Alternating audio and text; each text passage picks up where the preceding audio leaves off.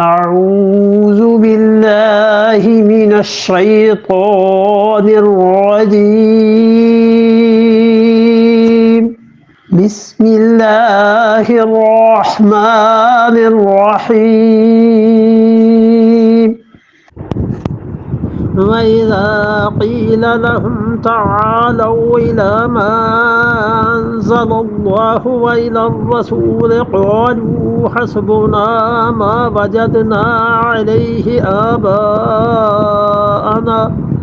أولو كان آباؤهم لا يعلمون شيئا ولا يهتدون وَإِذَا قِيلَ لَهُمْ تَعَالَوْا ایسے احمق ہیں کہ جب ان سے کہا جائے کہ آؤ اِلَى مَا أَنزَلَ اللَّهُ جو چیز اللہ نے نازل کی ہے آؤ اس کے مطابق فیصلہ کر لیتے ہیں.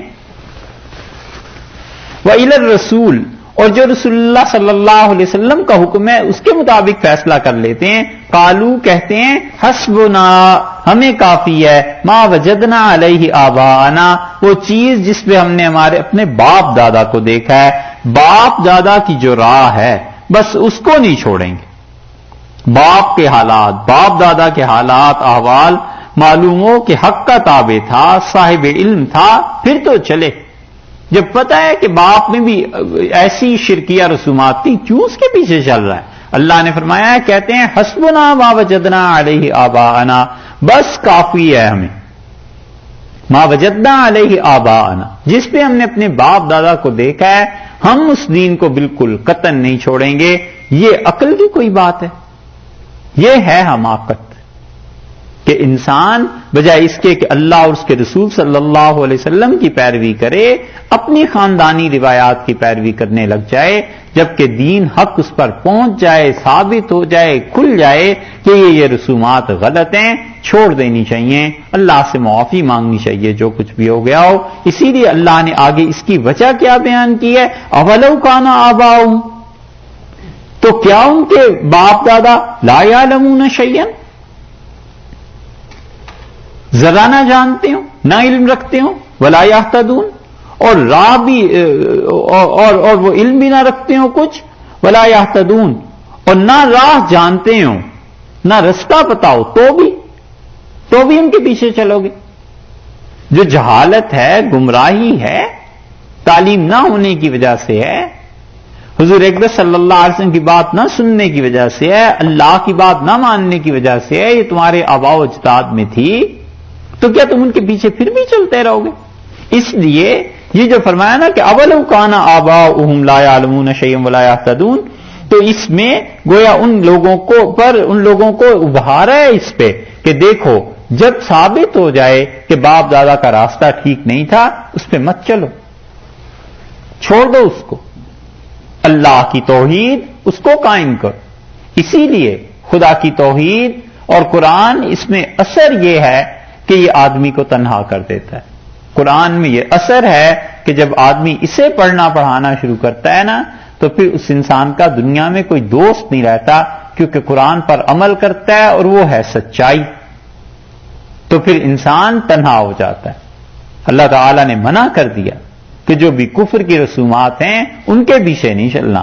اتباع اور پیروی حضور اقدس صلی اللہ علیہ وسلم کی باپ دادا کسی کے اچھے ہوں واقعی کتاب و سنت پر عمل کرتے ہوں پھر تو آدمی کہے کہ چلیے ان کی بات جو اس مقام کے لوگ تھے اور جو ایسے لوگ ہی نہیں تھے اس پر کیا.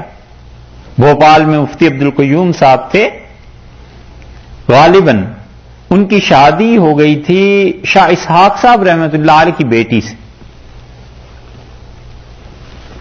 اور وہ وہاں قاضی تھے تو وہاں کے مفتی صاحبان میں اور قاضی صاحب میں اختلاف اس پہ ہوا کہ دف نکاح کے موقع پہ جائز ہے یا نہیں دف بجانا درست ہے یا نہیں. تو جو مفتی تھے انہوں نے فتویٰ دیا کہ دف درست نہیں ہے اور قاضی صاحب کے پاس جب مسئلہ پہنچا تو ان کا درست ہے. خط و کتابت ہوئی خیر تو ساری تحریرات ہوئیں اور ایک دن قاضی صاحب نے کہا کہ آج ہمارے گھر میں کچھ مہمان آئیں گے اور آپ کھانا پکا دیں اور وہ مفتی صاحبان آئیں گے تو ایک مسئلہ ہے، اس پہ بحث کرنی ہے. ان کا کون سا مسئلہ ہے؟ ان کا وہی دف کا مسئلہ ہے. تو ان کا کون کون آ رہا ہے؟ ان کا فلاں فلاں آ رہے ہیں. تو انہوں نے کہا اچھا جب آپ بحث کریں نا ان سے تو اس سے پہلے ایک بات مجھے کہنے کی اجازت دیں.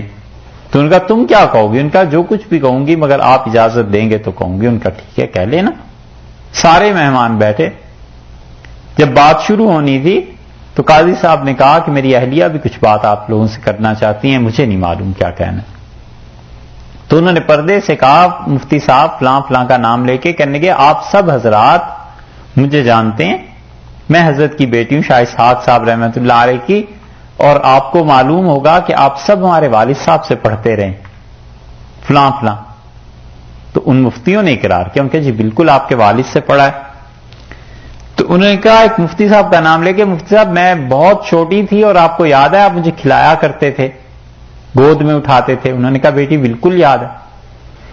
انہوں نے کہا جب میں چھوٹی تھی تو آپ کو یہ بھی یاد ہے کہ گھڑا ٹوٹ جاتا تھا اور اس کی منڈیر جو تھی گھڑے کی اس پہ بکرے کی چربی لگا دیتے تھے بچے.